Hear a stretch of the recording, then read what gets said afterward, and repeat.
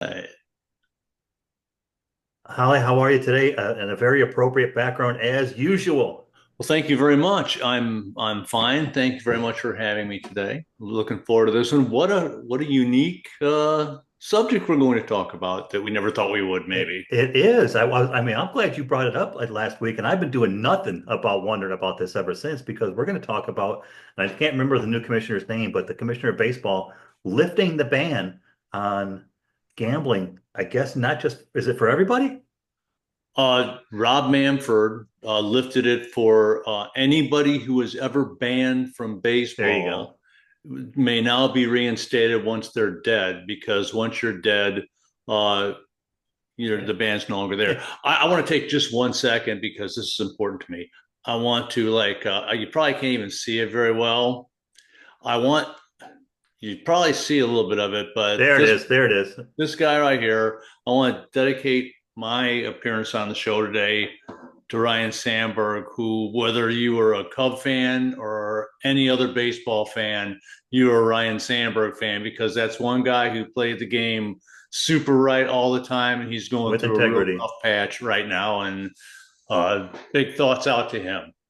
Yeah, I remember when we went to Wrigley Field, everybody's always glad to see Rhino come up. He was just consistent, Mr. Consistent, played Oh the game man. right and consistent. Him So and him and Glenn Becker own second base. That's it. I love Glenn. I love Glenn. We lost Glenn way too soon. So while we're talking about this baseball business and reinstated, I thought maybe start out with a statement that for the podcast doesn't have anything to do with baseball, and I think you're going to mention maybe about another subject you're going to talk about later because it's too big for this particular Maybe. cast. But Daniel Cormier said one time when I was watching a MMA fight and somebody kept grabbing the cage and people were bitching. Daniel Cormier said, if you're not cheating, you're not trying hard enough. Yeah, I've heard that one before. I've heard that one.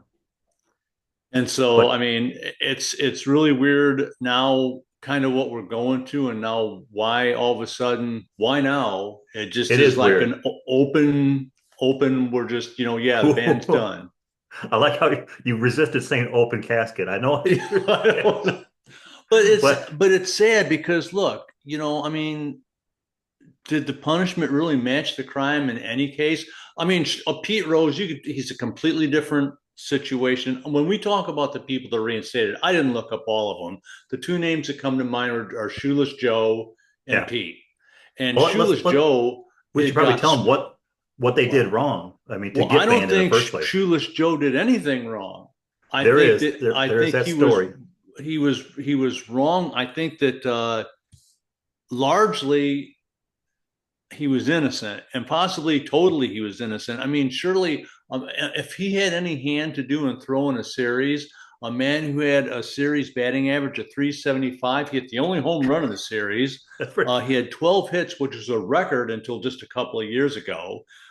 He had 6 RBIs, 0 errors in the series, and threw out 5 base runners. That doesn't seem like a man who's tossing a series to me. no, no. And let's And talk about it because it's a great movie, by the way. First of all, I think Charlie Sheen might be in that one, or maybe Ray Liotta.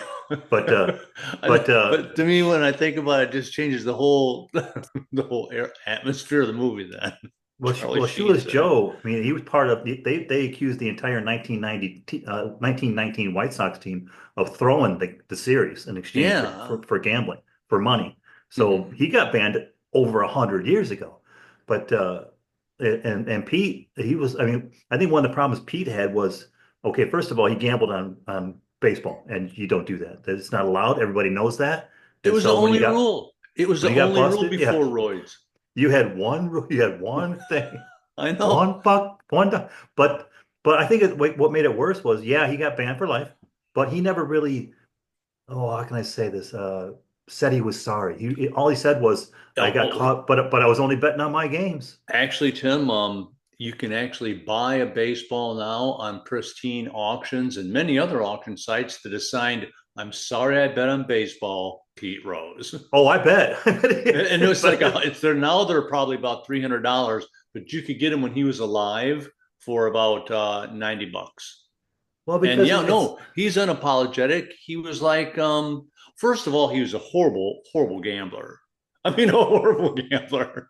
Oh, that's too The bad. well, I mean, the kind of the records show that he didn't do well betting, even when he had the opportunity to bet with betting on his own team, which still, I They were mean, I'm they just were gonna, good.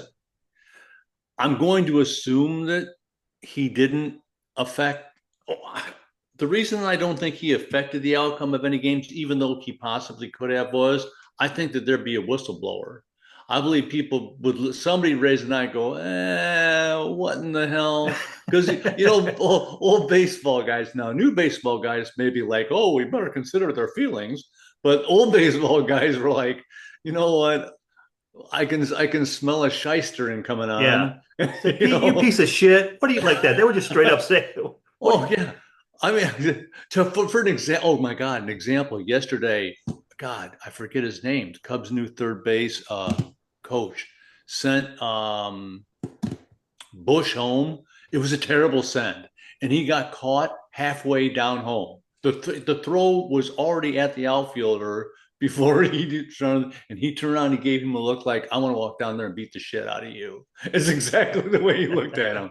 Yeah. So I mean, I don't think that I think if Pete was going to try to alter anything, I'm thinking his own guys had rat him out. I mean, it didn't. It took longer, but the steroid guys ratted each other out eventually. yeah, and that's well, I mean, because what brings it up now is, and what makes it tough for me is the last thing I'm going to tell you here. It's about fairness.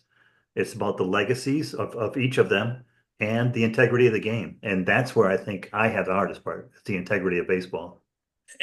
And is there any? I mean, baseball is a game of cheating. It's been a game of cheating since the beginning of the game. Here's something Yeah. that I'd Well, like to you're hitting ask you close. if you think this is a if this is a really shitty way to conduct your own business. So now everybody gripes about the 2017 Houston Astros saying they Thank you. cheated. Thank you. Okay, I everybody, still, they get and booed still, I, don't they, when they get introduced? you know what though? And here's the thing though, I don't nobody accused them of using like electronic devices to steal signs. They stole signs because they could see them, and they passed that along information along by beating on a trash can. Now, earlier in that year, the St. Louis Cardinals were caught red-handed hacking into the Houston Astros server and stealing Yeah, yeah. proprietary information. And Remember? they lost like a couple of draft picks. They got fined a bunch of money. And like, is if both of these things are wrong, are they both that much worse than what Pete did, or that much less worse than what Pete did? Even though there was only one rule. Yeah, shouldn't there be more than one rule when it comes to integrity? Then you certainly can't slap your wife in baseball because you're gone. Even if somebody says you slapped your wife or get in some sort of a domestic dispute, you're gone. Even if you're acquitted, you're gone. Well, see, I think No, that's where you still have like the bastion of baseball in my mind. And I agree it's eroding now with the onset of legalized gambling, but there's still the bastion of integrity that is like we are baseball. You see it like in the Field of Dreams movie. It's like, the world comes and goes, wars begin and end, but there's always been one constant, and it's been baseball. And the integrity is such that now you're bringing up this big argument, and you have to ask yourself why now? Why would baseball do it now? And I like and obviously why them? And why them? well, You know, I it's see. kind of broad. It's you just said it's the two most famous cases, but there are many more. And there's also, because of course it's to get them posthumous Hall of Fame eligibility. I get that. But as if you're talking about that, if they make it to the Hall, is there going to be a little plaque that says, well, he did gamble? I mean, I suppose I don't know. I don't know how it is. It's a good question. Is there a little spot? Is somebody putting little stickers on? You and I both know there's a good chance there are at least 3 or 4 Hall of Famers that juiced right now. Oh, yeah, three or four. I don't know, 10, 20. Yeah. So are we going to go around putting little stickers on their shit too? I mean, I don't Not, understand. And how is this going to affect the steroid dudes? yeah, I mean, I mean, it could. I mean, because the main reasons. Did you hear now that they're also suggesting that maybe our president may have influenced MLB's leadership? Trying to like impress upon them that society, how society has shifted, and maybe they should change their views. That's unique. I mean, I don't know. I didn't even know that he was even a part of it. But What? I mean, it What? wouldn't be the first time a politician's been involved because Bush has owned a good chunk of the Rangers forever. That's true. That's true. Yeah. Well, I mean, but let's not get into weeds with that because nobody wants to get in those weeds. But but it does technically open the door for Hall of Fame eligibility. But it They still have does. to be voted in. Well, yeah, and that's a whole nother process because it's gonna. First of all, he's not even gonna be eligible to be on the ballot until the 2027. Why? What? I mean, why? That's just that's another stupid thing. I mean, okay, so they're completely different, and I don't even want to compare the two, and I feel embarrassed doing so. But Roberto Clemente was just like they said, let him in. And it should have happened. But these guys have been out of baseball forever. From my view of it, I mean, Shoeless Joe had 13 years in baseball. When he got kicked out, he had his best year. So his best years could have been coming, and he had a 62 WAR. So that averaged out to just over 7.5 WAR a year. You want to He explain to was everybody, including myself, what war means? wins above replacement. So it's a stat that's developed among. There's many key parts to the stat. A lot of it's OPS, which is on base plus slugging, and he was what's known as a 3-4-5 guy. Which, unlike when we were kids, what 3-4-5 meant. 3-4-5 in baseball means you're a 300 batting average, you're 400 on base, you're 500 slug, and if you have those numbers, you're probably going into the Hall of Fame. If that's Sounds your like if it. if that's your final deal. So Joe had 13 years ago and he got booted right after his career year. Or it might have been right after he was reaching his apex because those old dudes played for a long time and he only Hey, played 13 years. I think it should also be noted that I personally hit 637 in Marseille's Little League for at least a month. And I was in third place. Do you remember that? they could it could have been the entire year. It would have been incredible. But I remember my dad bringing me the newspaper clip. He's like, "See, that's my boy right there. Third place at I can just look back 637." and see a young Dan Alts figuring out your little league batting average going, is this what my life has become already? And he's like 22. And a 9-year-old kid, I got to figure out. But Pete, I mean, because also, I mean, we go back to the hall. I mean, it's almost looking at it. I mean, he's got, there's a 16-member committee, and you got to have at least 12 votes to be elected. And there's going to be two other people on the ballot with him. So, number one, it doesn't guarantee anybody, and no I matter who think they are, Joe's they're going to get in. pardon the pun, he's a shoe in. Okay, I Oh, but think that no, they I ain't might gonna. as well I'm just not gonna pardon that pun. You take that back. You they might take as well just go ahead and just might as well go ahead and say, look, we effed up, and maybe we're just Joe.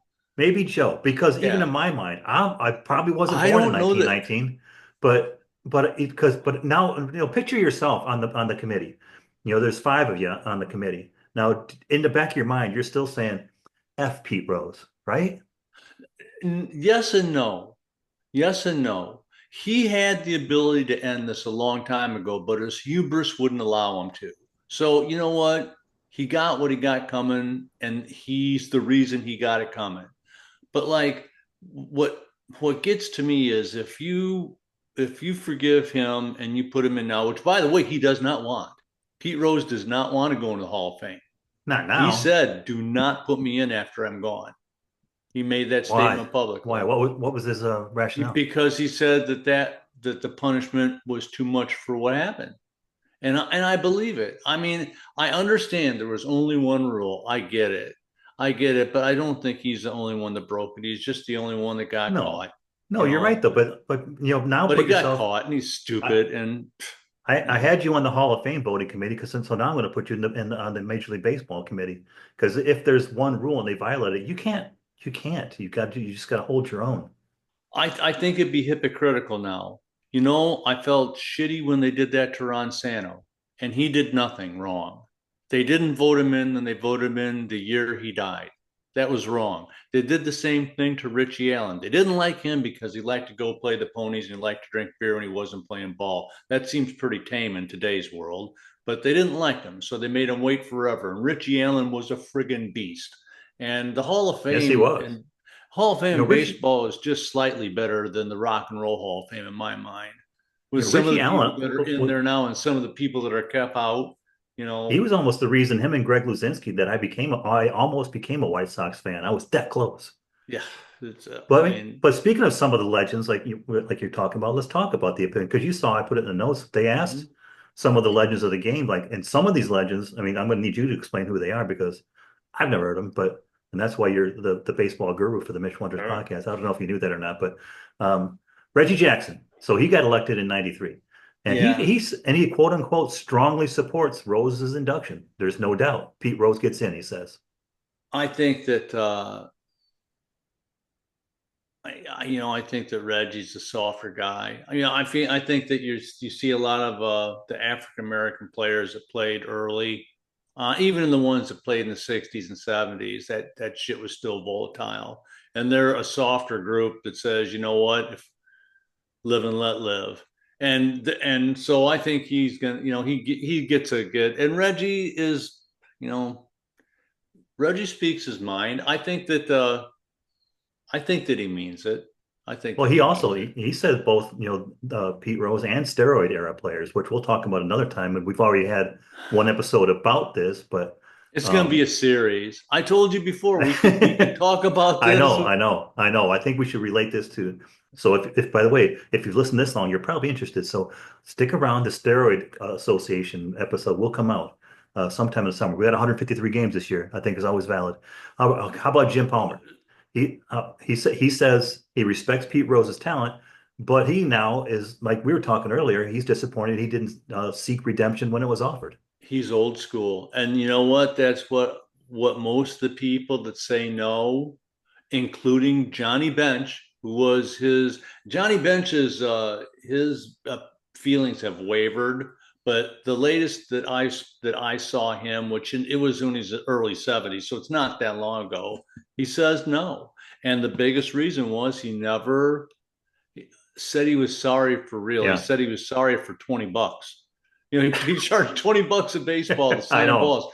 That's So and Mike Schmidt feels the same way. He said, no remorse. Great player, no remorse. And Jim Leyland, who just got in the Hall last year, he's the only one they asked, and he copped out. He's like, I don't know. He said, let me tell you, you know which way he'd vote if you know. He's being nice about it. He's he's being being nice political. about it. But I think you know what? He's the hit king, but is he really the hit king? Honestly, he's always going to be the hit king. But if Ichiro would have played his entire career over here, we wouldn't be talking about this because he'd probably have 5,000 hits over here. See That's now, how wait, good he was. And but I mean, for me, it transcends it. Yeah, the hitting, you knew it. But for me, every time I hear the name Pete Rose, I see that picture when he's rounding third and he goes airborne for home plate. he was a dirty, dirty player. He was the dirtiest player since Ty Cobb. What I He was hoping you were hurt going to pe- say that because I he love hurt that though. people. He hurt people on purpose. He ended Ray Fosse's career. I would have liked to see Pete Rose fall into an open manhole. That's No. how big of a piece of shit I thought Pete Rose was. And I'm sorry for the French, Ty but he Cobb, really was not a good human being. well, you've had a lot of S bombs today, Mister I'm Potty Mouth. sorry. I'm so you know what's been You're on the Hall of Fame committee and you're using this kind of language. I'm so well, Uh, the Hall of Fame committee they need to start getting a little bit, they should ask some questions. They I, I, should, I like you John know. Smoltz's answer though. He's like, "Would you vote for Rose?" He's like, "Yeah, there's no suspension now." Okay, I get it. I Well, get it. and I get that that's fine if overall, because me and you were both, because you were asking why all of a sudden, and I told you why, and you're like, all right, well, yeah, they're dead. But I'm like, okay, it just seems like such odd timing, and it just seemed to me It does. like Manfred said, hey, this is a way I can just wash my hands of everything, everything, what we did right, what we did wrong. I don't want to hear it. Once you're dead, you get to come back in. Yeah, maybe. So here's what you got to look forward to. Well, we're gonna real quick. I want to bring up Bill Mazeroski's point of view because he said he supports it, but thinks Pete should have to wait longer, which is kind of fun. Okay, here's the guy. Here's the guy. I thought when I read all these, I thought he got it the best, but I don't know who he is. Who's Pat Gillick? Oh, Pat is God, I think he was a dude that played for Montreal. I'm, There, you know what? that would explain it because no. Well, how about because he said he's conflicted. Obviously the on-field performance is a no-brainer, but he's concerned about Rose's character and the impact on the Hall of Fame standards. There you go. I think the Hall of Fame is supposed when okay, so I've always thought it's the best of the best, and that's why it's so hard to get in, and that's why some years there's only one person, some years there's no people, and everybody argues about who should be in and who shouldn't be in, and that's kind of weird because the Veterans Committee puts people in that aren't as good as the people that are fighting to get in now. Tony Oliva, love him, shouldn't be in. Harold Baines, love him, shouldn't be in. Yeah, when yeah. when you look at their war, they are not worthy of a place in the with the immortals. But the place with the immortals, they are people that will never be forgotten. Look through a set of 1970 cards and see how many people you remember. Look through a set of 1990 cards, and we were older. We were young. We were more than young adults. We were on our way to being adults. Yeah, at 28, we damn near better. Yeah, well, we it's Midwest. So, but you don't remember them. The average length of a Major League Baseball player is 3 years.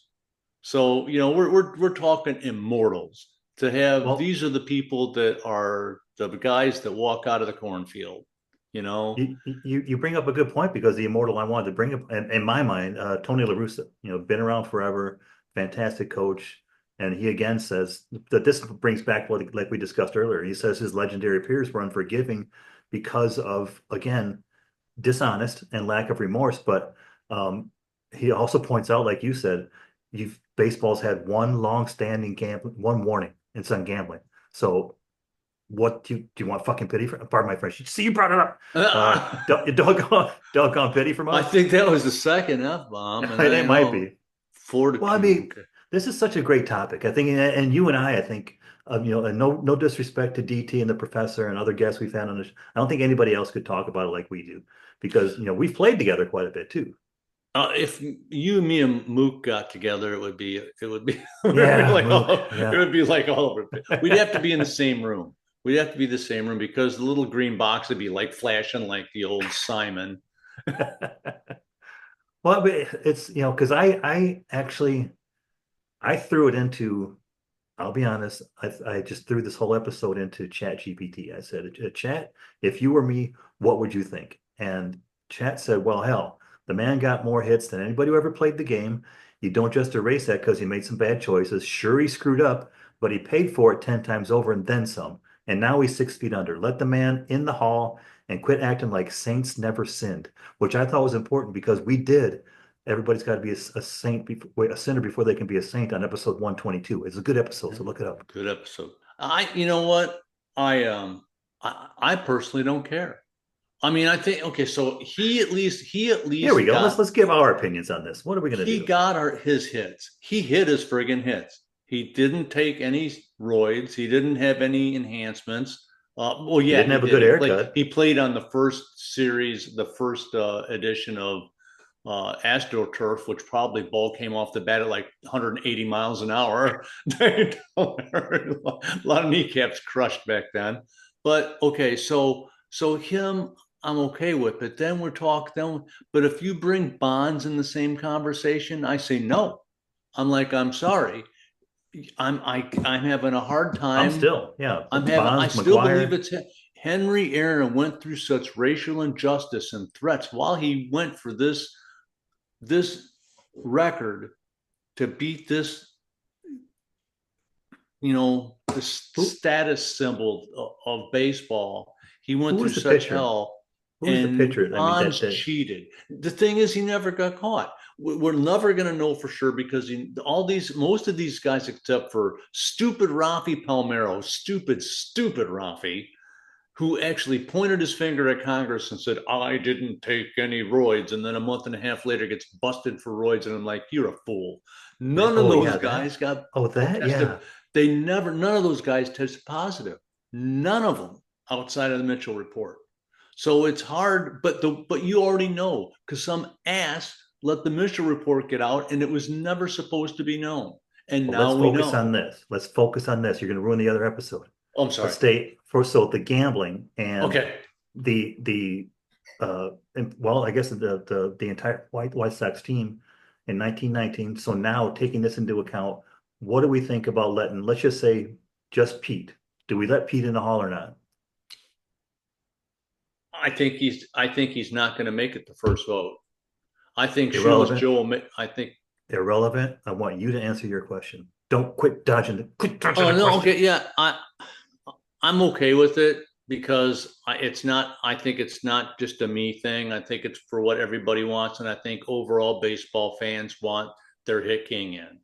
And so for me, um, it just honestly, I'm more upset about Joe Jackson than Pete Rose. I honestly couldn't care I less if know. Pete got in or not.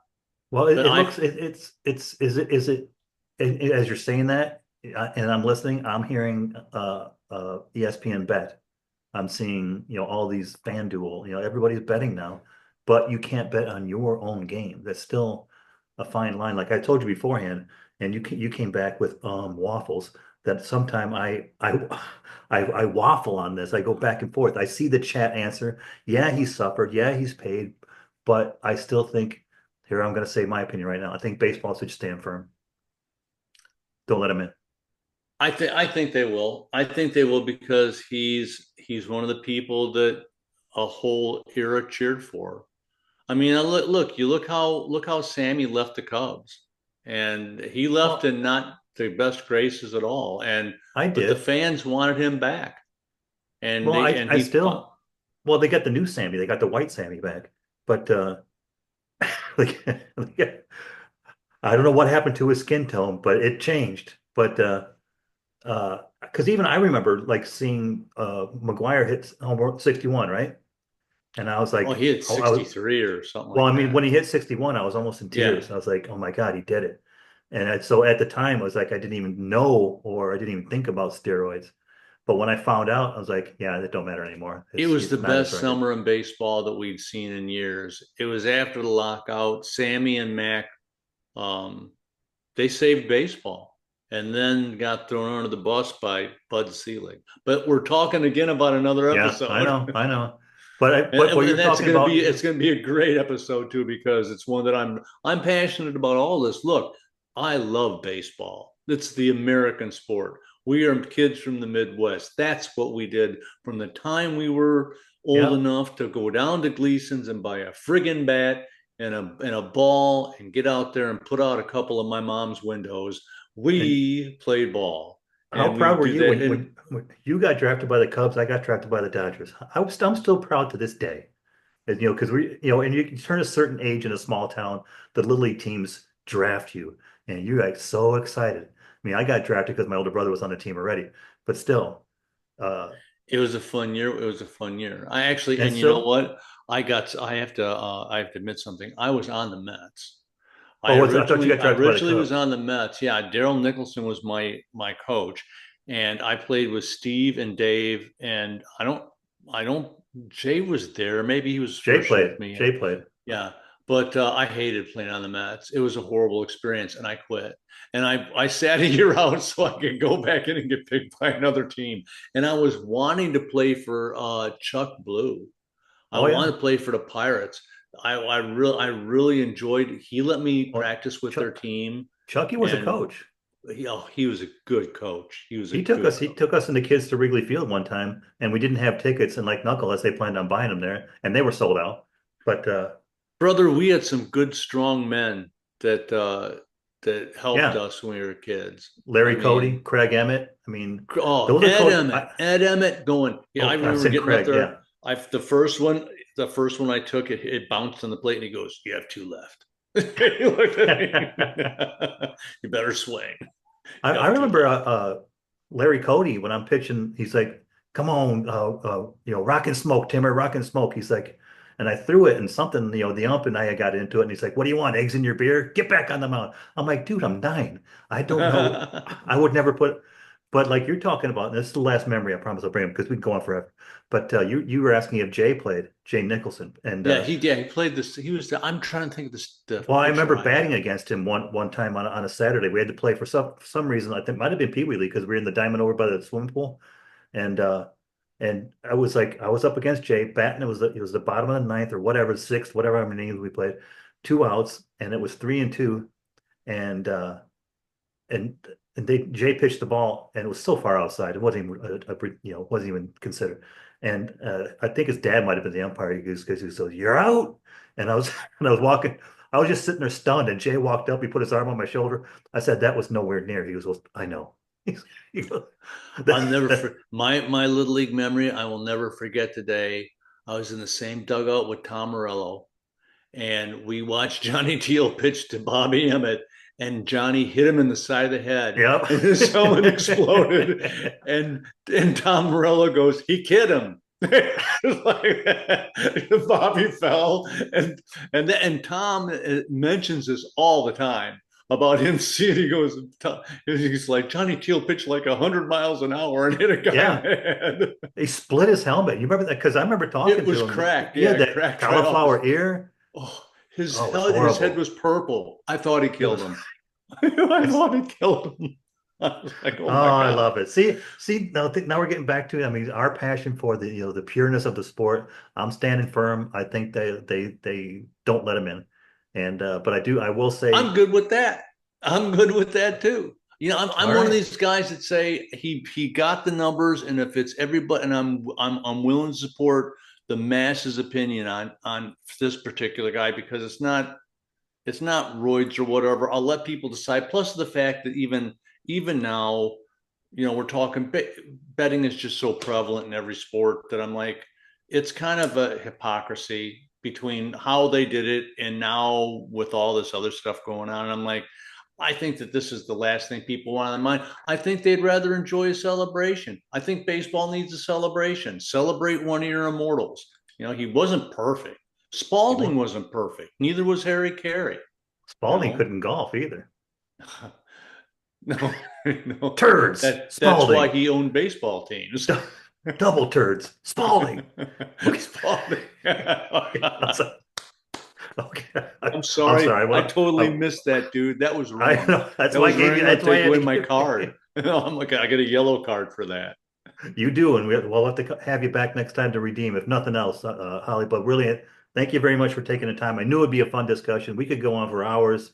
And if anybody, if you've listened this long, like I say, there will be a subsequent follow-up episode. We got to deep dive into the steroid relevance Mm, to this. But mm. but I think we're kind of on the same page right now. So let's let it go. Don't you say nothing. Don't you say.